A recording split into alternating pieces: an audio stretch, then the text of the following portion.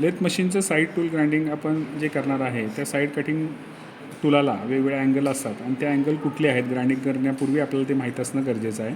तर ह्या ठिकाणी तुम्ही जर बघितलं तर टूल समोरून आपण बघितलं, वरून बघितलं तर ह्या ठिकाणी जी एक कडा दिसते त्याला साईड कटिंग एज म्हणतात आणि त्या कटिंग एजला ग्राइंडिंग केल्यानंतरची रेषा ओढल्यानंतर आणि हिची टूलाची कडा यामधला जो अँगल तयार होतो त्याला साईड कटिंग एज अँगल असं म्हटलं जातं. त्यानंतर पुढची एंड कटिंग एज, टोकाची जी कडा आहे त्याला एंड कटिंग एज म्हटलं तर त्याच्यापासून काढलेली रेषा आणि आडवी पॅरलल रेषा यामध्ये जो अँगल तयार होतो त्याला एंड कटिंग एज अँगल असं म्हटलं जातं. म्हणजेच हे दोन मुख्य अँगल मेन तुम्हाला या टॉप व्ह्यूने बघितल्यानंतर ह्या पद्धतीने दिसतील. म्हणजे साईड कटिंग एज अँगल इथं तुम्हाला दिसेल आणि एंड कटिंग एज अँगल दिसेल. साईड कटिंग आणि एंड कटिंग अँगलमध्येच नोज अँगल हा तयार होईल या ठिकाणी आणि त्याला नोज रेडियससुद्धा शेवटी द्यावं लागेल. त्यानंतर टूल साईड व्ह्यूने बघितल्यानंतर आपल्याला दोन अँगल दिसतील. त्यामध्ये पहिला वरचा जो अँगल दिसेल तो वरची जी कडा आहे ती काढलेली पॅरलल रेषा आणि साईडला तिरकस दिलेला जो अँगल आहे त्याला साईड रेक अँगल म्हटलं जातं. हा साईड रेक अँगल साईड व्ह्यूने दिसेल. त्याचबरोबर साईड व्ह्यूने परत दुसरा अँगल आपल्याला दिसेल. तो वरून टोलाची काढलेली लंब रेषा आणि दिलेला अँगल हा तुम्हाला ह्या ठिकाणी अँगल काढला तर त्याला साईड रिलीफ अँगल किंवा साईड क्लिअरन्स अँगल असं म्हटलं जातं साईड व्ह्यूला. त्यानंतर फ्रंट व्ह्यूला जर टूल बघितलं तुम्ही तर डायरेक्ट तुम्हाला इथं बॉडी दिसेल लांबीमध्ये असलेली आणि त्याचा जो ग्राइंडिंग केलेला एरिया आहे त्याला फ्लँक म्हटलं जातं. तर ह्या ठिकाणी या ठिकाणी दोन अँगल तयार झालेले दिसतील. म्हणजे वरची जी ती रेषा टोलाची समांतर काढली आणि मागच्या बाजूला जो अँगल दिलेला आहे त्याला बॅकरेक किंवा रेक अँगल आपण म्हणणार आहे तो या ठिकाणी तुम्हाला दिसेल वरच्या बाजूला. त्यानंतर फ्रंट व्ह्यूनेच बघताना आपल्याला समोरची जी कडा आहे लंब आणि त्याला दिलेला अँगल हा जो आहे त्याला एंड रिलीफ अँगल किंवा साईड क्लिअरन्स अँगल असं म्हटलं जातं. म्हणजे हे जे अँगल आहेत हे अँगल कटिंग करत असताना ह्या बाजूला तुम्हाला फ्रंट क्लिअरन्स अँगल आणि बॅकरेक अँगल कसा काम करतोय ते दिसेल. त्याचबरोबर साईड व्ह्यूने तुम्ही जर बघितलं तर साईड क्लिअरन्स अँगल आणि साईड रेक अँगल कसा काम करतो ते या ठिकाणी दिसेल. मशीनवर लागणारं साईड कटिंग टूल ग्राइंडिंग कसं करायचं याविषयी माहिती घेणार आहोत. तर त्याच्या अगोदर आपल्याला लेथ टूलचे अँगल्स कुठले कुठले आहेत याची माहिती घ्यावं लागेल. सर्वप्रथम मी टूल हातात घेऊन तुम्हाला दाखवतोय. ही जी साईड कटिंग एज आहे या बाजूला जे ग्राइंडिंग केल्यानंतर अँगल तयार होतो त्याला साईड कटिंग एज अँगल म्हटलं जातं. ही जी एंड कटिंग एज आहे त्या एंड कटिंग एजला जे ग्राइंडिंग आपण करणार आहे त्याला एंड कटिंग एज अँगल म्हणणार आहे. त्याच्यानंतर हा जरा टॉप व्ह्यू, या दोन्ही साईड कटिंग एज आणि एंड कटिंग एज यामध्ये जो अँगल तयार होणार आहे त्याला नोज अँगल असं म्हटलं जातं. त्याच्यानंतर टूलची साईड व्ह्यू घेतला तर साईड व्ह्यू घेतल्यानंतर तुमच्या पुढं लक्षात येईल की ही जी साईड कटिंग एज आहे त्याच्या साईडला जो आपण अँगल देणार आहे त्याला साईड क्लिअरन्स अँगल म्हटलं जाणार आहे आणि पुढच्या बाजूने जो अँगल देणार आहे आपण त्याला फ्रंट क्लिअरन्स अँगल असं म्हणणार आहे आणि वरच्या बाजूला टॉपला जो अँगल देणार आहे त्याला टॉप रेक अँगल म्हणणार आहे आणि तो टॉप रेक अँगल बॅक साईडला दिलं तर टॉप रेक होईल, साईडला दिल्यानंतर साईड रेक अँगल होईल. अशा पद्धतीचे हे वेगवेगळे अँगल या ठिकाणी आपण देणार आहोत.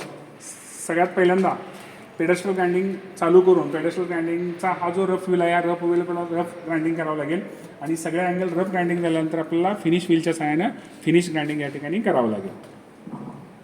लेथ मशीनचं टूल ग्राइंडिंग करत असताना मेन MCBमधून आलेला सप्लाय सब ICTला येईल किंवा MCBला येईल. त्याच्यानंतर आपल्याला मशीनवरचा स्विच तो हिरवा स्विच आहे तो ऑन करावा लागेल. अशा पद्धतीनं पहिल्यांदा पेडेस्टल ग्राइंडिंग जे आहे ते चालू करावं लागेल. तर सगळ्यात पहिल्यांदा मी सांगितलं त्याप्रमाणे साईड कटिंग एज ही जी आहे या एजला अँगल द्यावं लागेल. त्यासाठी टूल आपल्याला दोन्ही हातात या पद्धतीनं पकडावं लागेल आणि त्याचं ग्राइंडिंग जे आहे ते करत असताना अशा पद्धतीनं टूल ग्राइंडिंग करावं लागेल. टूल ग्राइंडिंग करत असताना पकडणं व्यवस्थित महत्त्वाचं आहे. या ठिकाणी तुम्ही जर बघितलं तर अगोदरचा सरफेस खराब झालेला आणि ग्राइंडिंग रफ केलेला ह्या ठिकाणी दिसेल आणि हळूहळू ग्राइंडिंग कशा पद्धतीनं होत आहे हे या ठिकाणी दिसेल. सगळ्यात महत्त्वाचं या ठिकाणी हा जो टूथपेस्ट आहे त्या टूथपेस्टवर तुम्हाला व्यवस्थित हाताने रेस्ट घेऊन त्या टूल ग्राइंडिंग साईड कटिंग करावी लागेल. प्रत्येक वेळी टूल गरम होते, गरम झालेले टूल थंड होण्यासाठी आपल्याला कुलंटमध्ये त्याला क्लीन करावं लागेल आणि परत क्लीन द्यावं लागेल.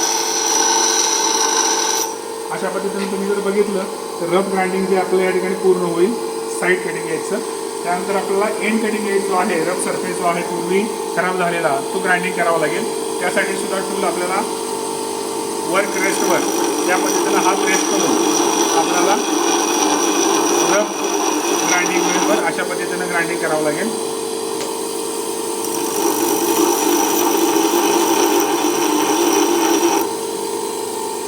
टूल थंड होण्यासाठी पुन्हा ते कुलंटमध्ये बुडवून थंड करावं लागेल.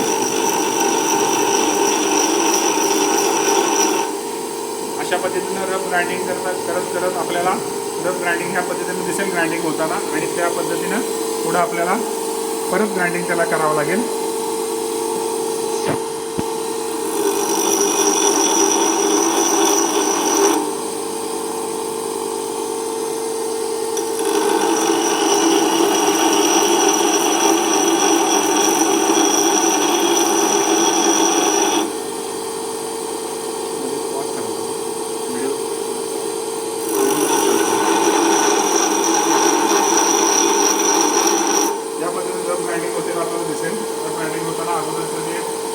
आहे ग्राइंडिंग केलेलं किंवा अगोदरचं खराब झालेलं कडा आहे त्या निघून जातेलं दिसते.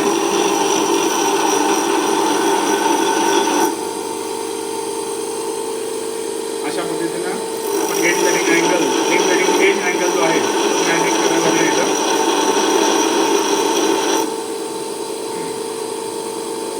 त्यानंतर त्या साईड कटिंग एज झाल्यानंतर एंड कटिंग एज झाल्यानंतर वरचा जो सरफेस आहे हा जो ग्राइंडिंग करणार आहे आपण टुलाच्या एंडपासून मागच्या बाजूला, त्याला रेक अँगल म्हटलं जातं. हा रेक अँगलसुद्धा आपल्याला इथं ग्राइंडिंग करावं लागेल, करता येईल. अशा पद्धतीनं आपण टुलाच्या वरच्या पृष्ठभागावर मागच्या दिशेने जे ग्राइंडिंग करतो त्याला रेक अँगल असं म्हटलं जातं. हा जो रेक अँगल आहे हा रेक अँगल अशा पद्धतीनं ग्राइंडिंग होईल. त्याच्यानंतर टुलाचं आपल्याला साईड व्ह्यूने बघितलं तरी एंड कटिंग एज अँगल आपण ग्राइंडिंग केलेला आहे तो साधारण 15 डिग्रीपासून 40 डिग्रीपर्यंत आपण ग्राइंडिंग करू शकतो. तर त्यातला मेन स्टँड